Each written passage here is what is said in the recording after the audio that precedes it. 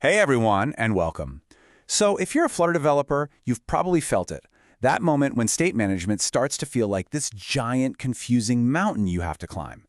Well, here's the thing. It's also one of the most critical skills you can possibly master. So today, let's climb that mountain and turn all that confusion into some serious clarity. I mean, really think about it for a second. You tap a like button and a counter instantly goes up. You type into a search field and the results appear as you type.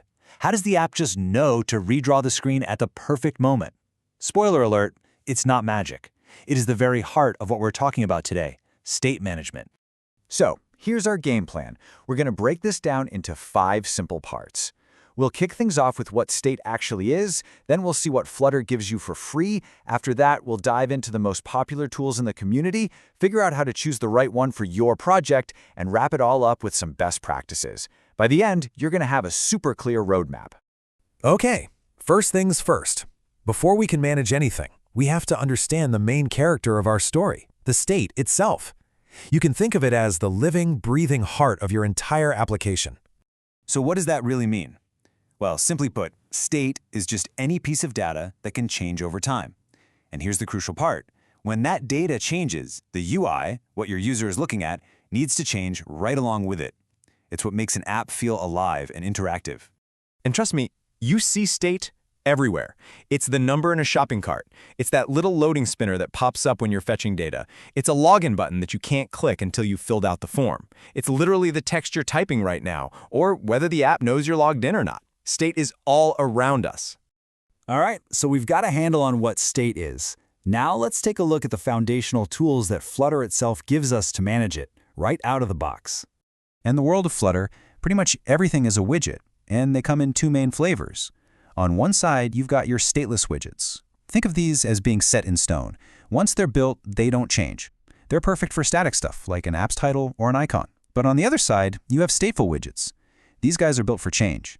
They can hold on to data that evolves over time, making them essential for anything interactive.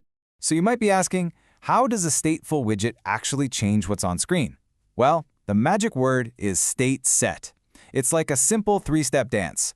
First, some data changes. Maybe a user toggles a switch. Second, you call state set to basically shout, "Hey Flutter, something important just happened."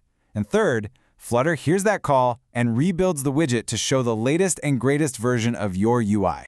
Now, there's a reason state set is the first thing everyone learns. It's super easy to grasp. It's already built into Flutter. And for small apps or just prototyping an idea, it's absolutely perfect. But as your app gets bigger, you start to see the cracks. Things can get messy really fast. You might accidentally rebuild way more of your app than you need to, and your app's logic gets tangled up with your UI code, which can become a real maintenance nightmare. And that's exactly when you need to start looking for a bigger tool. When setState just isn't enough, the Flutter community has created some absolutely amazing solutions. So let's expand our toolkit for those more complex apps. And the first step up for many developers is Provider. You can think of it as a super efficient way to pass data around your app so you don't have to manually send it down through 10 different layers of widgets just to get it where it needs to go. So what's the big deal with Provider? Why did it get so popular? Well, it solves that huge problem from setState by giving you a clean separation between your app's brain and its looks. It's pretty easy to get the hang of, and for a long time, it was even the officially recommended approach from the Flutter team at Google. That's a pretty big endorsement. But what if you could take everything that makes Provider great and just make it better? Well, that's exactly what Riverpod is. It was actually created by the same person who made Provider, and it's designed to be its modern, safer, and much more powerful successor. And the benefits of Riverpod are huge, especially as your projects get more serious. You know that build context thing you always have to pass around? Riverpod basically says, don't worry about it. That alone cleans up your code a ton. Plus, it makes your logic way easier to test and handle errors in, which is a massive win for building professional, stable apps. All right, now let's talk about the heavy hitter, Bloc. This isn't just another library. It's a full-on architectural pattern. Bloc, which stands for Business Logic Component, is all about creating maximum separation and predictability in your code, which makes it an incredible choice for really large, complex applications. You choose Bloc when predictability is your #1 priority.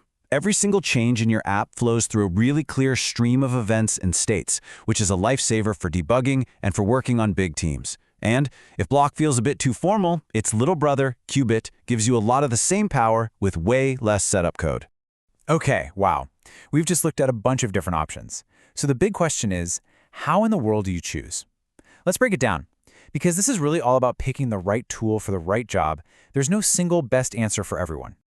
This table right here is basically your cheat sheet. If you're building a small app or just hacking on a prototype, setState is your best friend. Keep it simple. As your app grows into something more substantial, it's time to reach for Provider or, even better, the more modern Riverpod. And for those really large enterprise-level apps, especially with multiple developers, the structure that Bloc or Cubit provides is going to save you so many headaches down the road.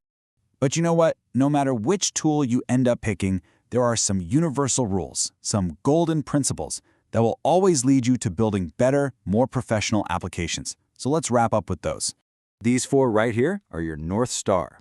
Number 1, always try to keep your UI code separate from your business logic. Number 2, be smart about performance. Don't rebuild your entire screen when just one tiny piece of text changes. 3, if you know a project is going to be big, think about scalability from day one. And finally, write code that you and your teammates can easily read and, just as importantly, easily test. And really, that's the whole point of this. Learning state management isn't just about passing a technical interview. Mastering this stuff is what unlocks your ability to build truly robust, scalable, and professional apps. The kind of apps that can grow and adapt without falling apart. So we've laid it all out, the entire landscape, from the humble setState all the way to the powerful block pattern. You now officially have the map to navigate the world of Flutter state management. So the only real question left is, what incredible app are you going to build with it?